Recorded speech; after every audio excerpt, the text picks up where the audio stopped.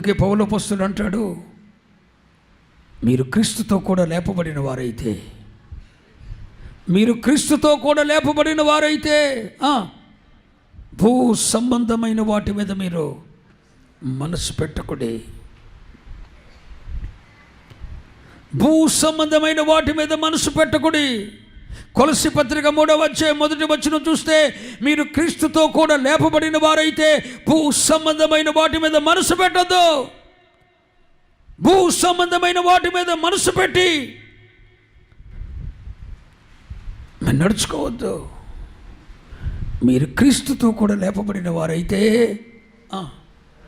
పైనున్న వాటి మీద చదవండి, పైనున్న వాటి మీద చదవండి అండి, పైనున్న వాటిని వెతకండి. దేవునికి స్తోత్రం చెప్పండి. హల్లెలూయా. మీరు పైనున్న వాటిని వెతకండి అని మరి భూ సంబంధమైన వాటిని ఏది ఎదుకొద్దు అంటున్నాడు దేవుడు. ప్రభు అంటాడు, మీరు క్రీస్తుతో కూడా లేపబడిన వారైతే పైనున్న వాటిని వెతకండి.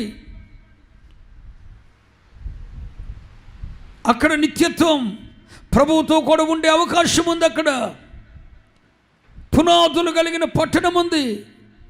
దేవుడే శిల్పియు నిర్మాణికుడై మన కొరకు కడుతున్న ఒక పునాదులు కలిగిన పట్టణం ఆ నిత్య సియోను ఉన్నది. ఈ భూమి ఈ ఆకాశం కనబడేడు, ఈ భూమి ఈ ఆకాశం చుట్టబడిన గ్రంథం వలె తొలగిపోబోతున్నాయి. పంచభూతములు తీవ్రమైన వేడిమితో లయం కాబోతున్నాయి. ప్రభు రాకడ వచ్చి సంగమ ఎత్తబడిన తరువాత పంచభూతములు లయము కాబోతున్నాయి. సూర్య చంద్ర నక్షత్రాదులు ఉండవు. సూర్యుడు నలుపవబోతున్నాడు, చంద్రుడు ఎరుపవబోతున్నాడు. సూర్య చంద్రులు కాంతిహీనంగా మారబోతున్నారు. నక్షత్రములు అకాల పండ్లు రాలినట్లు నేల మీద రాలి పడబోతున్నాయి. పంచభూతములు ఈ సృష్టి నిర్వర్తించబడటానికి గల కారణమైన పంచభూతములు తీవ్రమైన వేడిమితో లయము కాబోతున్నాయి.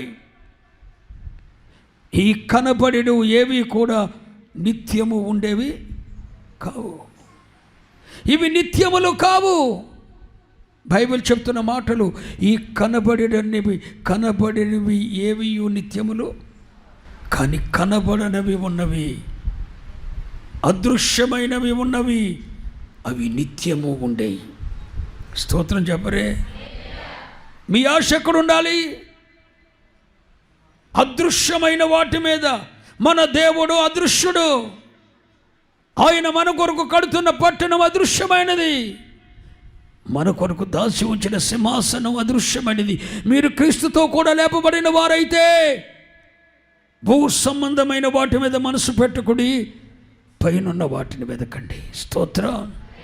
ఇప్పుడు ఐగుప్తు దేశంలో యోసేపు ప్రధానమంత్రిగా ఉన్నాడు. కానీ ఐగుప్తులో తన దేహం చనిపోయిన తర్వాత తన దేహం కూడా అక్కడ పాతి పెట్టబట్టడానికి ఇష్టపడలేదు. ఇదండి దేవుని పిల్లల మనస్తత్వం. మనం ఈ లోకంలోనే ఉండాలి, ఈ లోకంలోనే బ్రతకాలి. లోకాన్ని మనలోనికి రానివ్వకూడదు. స్తోత్రం చెప్పండి. ఈ లోకంలోనే మనం ఉండాలి, కానీ లోకం మనలోనికి రానివ్వకూడదు.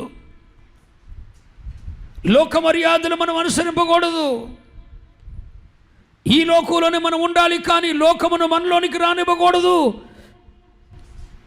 అంతేకాదు, ఈ లోక సంబంధమైన దాని కొరకు మనం దేని కొరకు ప్రాకులాడకూడదు. మరి ఈ లోకంలో బ్రతికెలా బ్రతకాలండి అని మీరు అడుగుతారా? అదేగా యేసయ్య చెప్తున్నాడు, మీరు పైనున్న వాటిని వెతకండి. అదే మత్తయి సువార్త 5వ అధ్యాయం అంటాడు, మొదట నా నీతిని నా రాజ్యమును వెతకండి, అప్పుడు మీకేమి కావలియనో అవి నేను అనుగ్రహిస్తాను. మాటిచ్చిన వాడు అబద్ధికుడు కాడుగా. పైనున్న వాటి మీద మనసు పెట్టండి. దేవుడు ఏదో నిన్ను చేసేస్తాడు, ఆశీర్వదించేస్తాడు, నీ పిల్లలకు ఉద్యోగాలు వస్తే నువ్వు ఇల్లు కట్టేసుకుంటావు, నీ అవసరాలు తీరతాయి. అరే ఎన్ని భూ సంబంధమైనవి రా బాబు. అసలు వీటి కోసం మనం ప్రాకులాడకూడదు. మరి ఎట్టగండి లోక జీవితం? మొదట ఆయన నీతిని రాజ్యాన్ని వెతుకు. మీకు ఆమెను అంటాం కానీ అవునంటాం కానీ రావా? మొదట ఆయన నీతిని ఆయన రాజ్యాన్ని వెతుకో, అప్పుడు నీకేం కావాలో ఆ తండ్రి అనుగ్రహిస్తాడు. నా సేవా జీవితంలో అలా చేశాడండి. 25 సంవత్సరాల సేవా జీవితంలో ఈ గ్రామాన్ని విడిచిపెట్టి వెళ్ళిపోయా. నా 19వ ఏట మరలా వెనక్కి తిరిగి రాలా. నేను నమ్ముకున్న సంస్థ నన్ను బయటకు తోసేసాయి. చెట్టు కింద, ఊరు చివరి చెట్టు కింద ఉన్నాను తప్ప బయటికి రాలా. ఒంటరిగా బ్రతికిపోయా. దేవుడు ఈ రోజున ఏమేం కావాలో ఆయనే సమకూరుస్తున్నాడండి. ఈరోజు నేను చెప్తున్న మాట ఒక దైవజనుడిగా, నువ్వు ఐగుప్తులోనే ఉద్యోగం చేసిన, ఐగుప్తులోనే ప్రధానమంత్రిగా ఉన్నా, ఐగుప్తులోనే నీ జీవితం స్థిరపరచబడిన, ఈ లోకమనే ఐగుప్తులోనే నీ జీవితంలో ప్రధానమంత్రిగా 80 సంవత్సరాలు పనిచేసిన యోసేపు వలె ఈ లోకం మీద నీకు మనసు ఉండకూడదు. మనకు ఒక పరలోకం ఉన్నది. హల్లెలూయా. పునాదులు కలిగిన పట్టణం ఉన్నది. హల్లెలూయా. అక్కడ ప్రభువుతో కూడా యుగ యుగాలు, మితిలేని సంవత్సరాలు అక్కడ జీవించవలసిన వారమై ఉన్నాం. మనము క్రీస్తుతో కూడా లేపబడిన వారమైతే మనము పైనున్న వాటిని వెతకాలి.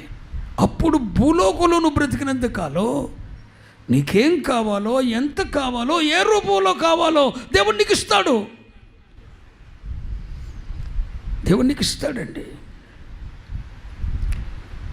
కనుక మనం ఈ లోకంలోనే ఉండాలి, కానీ లోకం మీద మన మనసు పెట్టుకోకూడదు. ఈ లోకంలోనే మనం ప్రధానమంత్రి స్థాయికి ఎదిగినా కూడా ఈ ఐగుప్తులో ఉండటానికి మనం ఇష్టపడకూడదు. దేవుని యొద్దకు వెళ్ళవలసిన వారమని అక్కడ ఉండాలి మన మనస్సు.